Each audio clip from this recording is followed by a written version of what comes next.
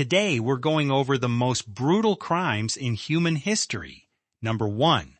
The Axeman of New Orleans. We're starting this story off in the spring of 1918. New Orleans was a city drowning in music. Jazz poured out of every doorway and alley in the French Quarter. The streets smelled of seafood gumbo and Mississippi River mud. But beneath the brass bands, something dark was stirring. On the night of May 22nd, a grocer was attacked in his sleep. His name was Joseph Maggio. Someone crept into the apartment above his shop on Magnolia Street. The intruder took a straight razor and cut Joseph's throat to the bone. His wife Catherine was found beside him, with her head nearly severed. The killer had chiseled a panel out of the back door to slip inside. Police in New Orleans had never seen anything like it. There was no robbery and no clear motive, just blood soaking through the floorboards into the shop below. The killer left behind one thing, a message carved into the doorframe that nobody understood. 1 month later, another couple was found. Louis Bossumer and his wife Annie were discovered in their bed across town, the same straight razor and the same horrifying efficiency. Louise survived long enough to describe a tall, dark man who attacked without a word. Then 3 days later, a pregnant woman named Annie Schneider was found mutilated in her home. The city panicked. Families nailed their windows shut and slept with axes beside their beds. Newspapers ran headlines dripping with fear every single morning. But the worst was yet to come.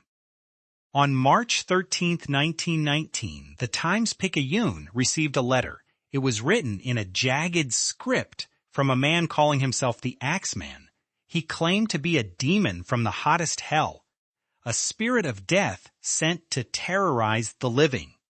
And he made a promise that froze the city in place. This is where the story becomes something no screenwriter would dare invent. The Axeman declared he would strike again at 15 minutes past midnight on March 19th, but he would spare anyone playing jazz music in their home that night. He wrote, and I quote, "Every person shall be spared in whose house a jazz band is in full swing." Jazz was his sacred music.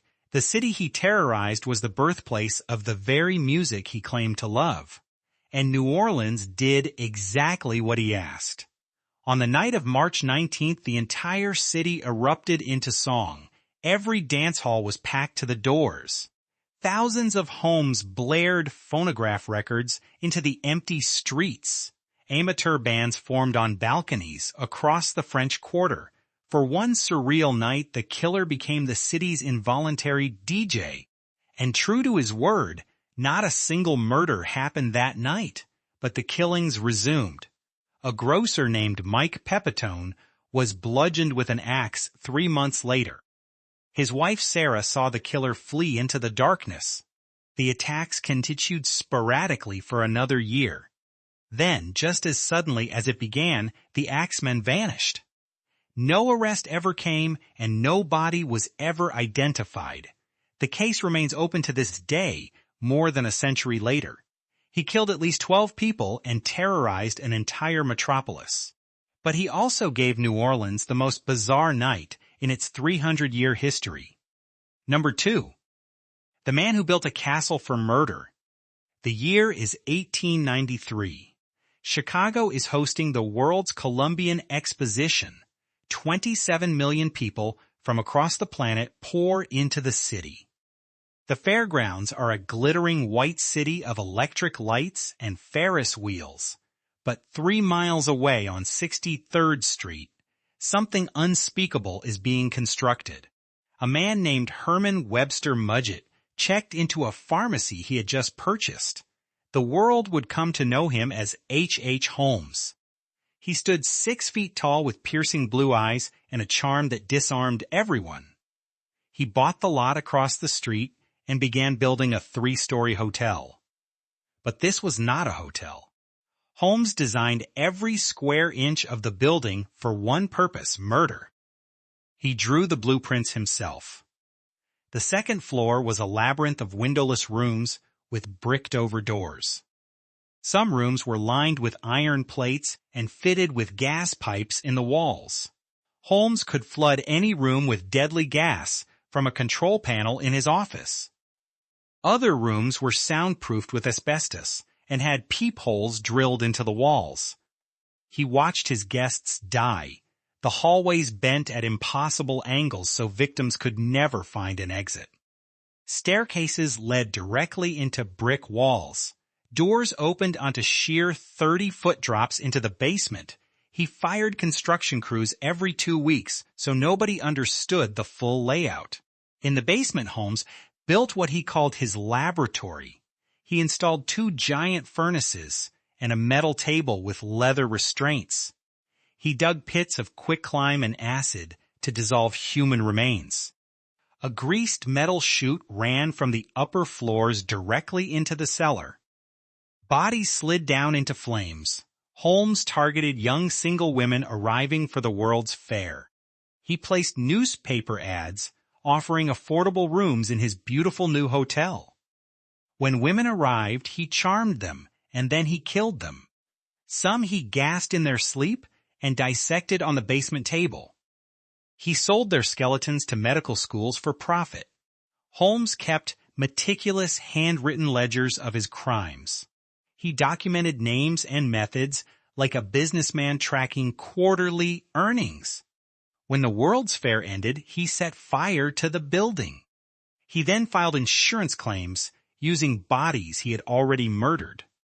But the law finally caught up with him. Not for any of the murders in his hotel of horrors. He was arrested for a horse theft scam in Texas. While in custody, police began digging through the remains of his castle. What they found was beyond human comprehension. Charred human bones were mixed into the basement lime pits. Dissection tools crusted with dried blood sat neatly on shelves. Human ribs and vertebrae were stuffed inside the furnace grates. Holmes confessed to 27 murders. Police estimated the actual number was closer to 200. He was hanged in Philadelphia in 1896. His final request was to be buried in concrete. No one could dig up his body. Even in death, he wanted control. Number 3, the massacre that no one heard. It is the spring of 1922 in the Bavarian countryside. A small farm sits alone at the edge of a dark forest.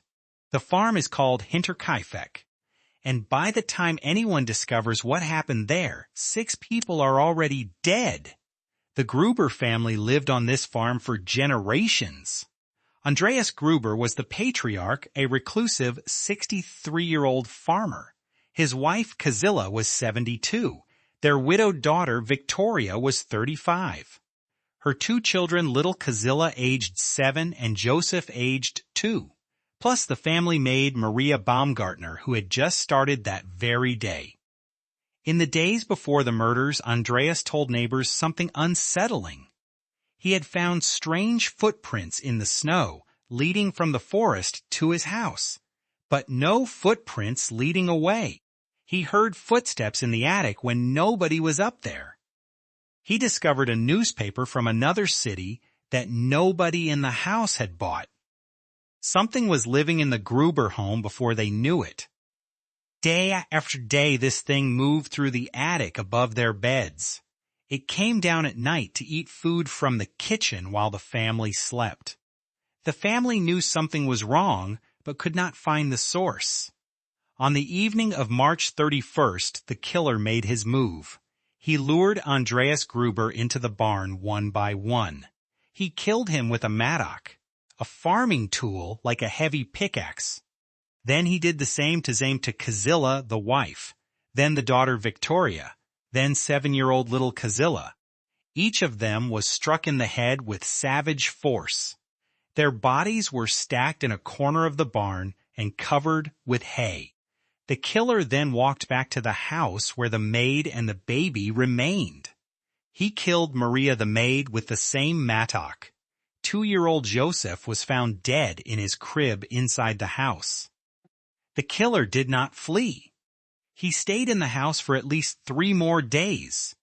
The neighbors later said they saw smoke rising from the chimney. The livestock in the barn had been fed. Someone was living there with the bodies of the dead family. 4 days passed before anyone came to check on the Grubers. Young Kazilla had not shown up to school for several days. A neighbor walked up to the farm and found the barn door ajar. Inside, he saw 4 bodies covered in straw with their skulls crushed open. Police arrived and found the scene exactly as the killer had left it. The investigation became one of Germany's most haunting unsolved mysteries. Over 100 suspects were interviewed, including Victoria's estranged husband. He had been killed in the war years earlier, so that lead went nowhere. Another suspect was a neighbor rumored to have had an affair with Victoria. He was cleared for lack of evidence. The police discovered something deeply unsettling in the attic. A pile of straw formed into the shape of a bed, and above it a hole had been carved out of the roof tile. The hole gave a perfect view of the entire farmyard. Whoever slept here had watched this family for weeks before killing them. No one was ever convicted. The farmhouse was torn down the following year. Today, all that remains is a small memorial cross in a field of grass. But the case still fascinates criminologists around the world. A killer who lived in the walls of his victim's home for days. Who fed their animals after murdering them. Who watched the chimney smoke rise while their bodies turned cold. 6 people who went about their daily lives while death slept 10 feet above them. 3 crimes separated by continents and decades. Yet they share something unmistakable. The killer in each story was never fully caught. The Axeman vanished into the fog of New Orleans jazz. Holmes was hanged, but only for a fraction of what he did. The Hinterkaifeck monster simply walked out of that house and into nothing. They remind us that the line between safety and horror is not a wall. It's a locked door that someone else already opened from the inside. And sometimes the most terrifying thing is not the crime. It's the silence that follows.